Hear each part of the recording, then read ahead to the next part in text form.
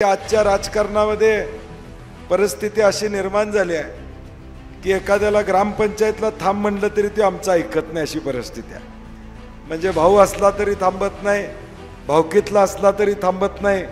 इथं तर काका चेतन नरके 2-2.5 वर्ष कष्ट करत होते, हे आम्हाला सगळ्यांना त्या ठिकाणी मान्य आहे। तुम्ही ज्या पद्धतीने स्वतःसाठी या ठिकाणी प्रचार केला, आता महाराज असल्यामुळे आपल्यापेक्षा 2 पावलं जास्त तुम्ही प्रचार करावा अशी माझी प्रामुख्याने तुम्हाला विनंती असणार। शाहू महाराज ठिकाणी निवडून येणं हे त्यांच्यापेक्षा कोल्हापूर म्हणून आपल्यासाठी महत्त्वाचं आहे, हे मला मुद्दामून तुम्हाला या ठिकाणी सांगायचं की आपली अस्मिता, आपला स्वाभिमान हा दिल्लीत पाठवायचा असेल तर प्रत्येक गावातल्या होणाऱ्या मतदानामध्ये 90% मतदान आदरणीय महाराजांना झालं पाहिजे।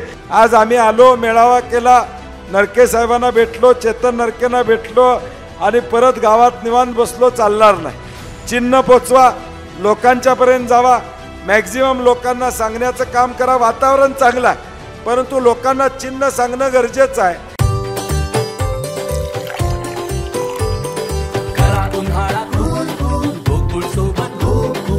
गोकुळ सोबत गोकुल।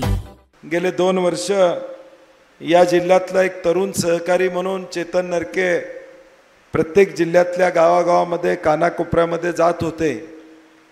कारण की शेवटी राजकारणामध्ये याचं असेल तर पहिला सराव करावा लागतो आणि तो सराव करण्याचं काम चेतन सातत्याने गेले 2 वर्ष करत होते आणि त्यांची प्रामाणिक इच्छा या लोकसभेच्या रणांगणात उभं राहावं, दिल्लीमध्ये जावं, काही आपल्या अनुभवाचा फायदा हा कोल्हापूर जिल्ह्याला कसा देता येईल हा या तरुणाचा प्रयत्न सातत्यानं होता। आणि म्हणून मी असेल, PN पाटील साहेब असतील, आम्हाला सगळ्यांना ते वारंवार भेटायचे आणि आम्ही नेहमी म्हणायचो की जो महाविकास आघाडीचा निर्णय होईल त्या निर्णयाबरोबर चेतन आपण राहूया। कारण की आजच्या राजकारणामध्ये परिस्थिती अशी निर्माण झाली आहे की एखाद्याला ग्रामपंचायतला थांब म्हणलं तरी ते आमचं ऐकत नाही अशी परिस्थिती आहे। म्हणजे भाऊ असला तरी थांबत नाही, भावकीतला असला तरी थांबत नाही। इथं तर काका चेतन नरके 2-2.5 वर्ष कष्ट करत होते, हे आम्हाला सगळ्यांना त्या ठिकाणी मान्य आहे की 2-2.5 वर्ष हा जिल्हा एकट्यानं बिचाऱ्यानं पिंजून काढायचं काम केलं, लोकांना जुळवायचं काम केलं। आणि मी ज्यावेळी जिल्ह्यात फिरायचो, चंदगडपासून सगळ्या तालुक्यात, मला प्रत्येक ठिकाणी सांगायचे, साहेब चेतन नरके येऊन गेले 2 वर्ष बिचारा हा आपली सगळीकडं आपला विचार घेऊन जाण्याचं काम त्यानं प्रामाणिकपणे केलं। परिस्थिती विशिष्ट या देशामध्ये निर्माण झाली, एक गढूळ वातावरण झालं आणि सगळ्या वातावरणामध्ये आदरणीय महाराजांना सगळ्यांनीच विनंती केली की आज या निर्णायक लढाईमध्ये या देशात चाललेल्या वातावरणाला जर तोंड द्यायचं असेल तर ते फक्त आणि फक्त राजश्री शाहू महाराजांचा विचारच तोंड देऊ शकतं। आणि म्हणून आपण उमेदवारी करावी ही मागणी आम्ही सगळ्यांनी केली आणि म्हणून या सगळ्या स्पर्धेमध्ये चेतन नरके थोडे पाठीमागे राहिले। जिल्हा काँग्रेसचा अध्यक्ष म्हणून मनापासून चेतन धन्यवाद या ठिकाणी देतो, तुमचे स्वागत मी निश्चितपणे या ठिकाणी करतो। आणि म्हणून एक चांगला निर्णय घेतला आदरणीय शाहू महाराजांच्या बाबतीत आपण निर्णय घेऊन, आज 30 तारीख आहे, अजून 6 दिवस तुमच्याकडे आहेत।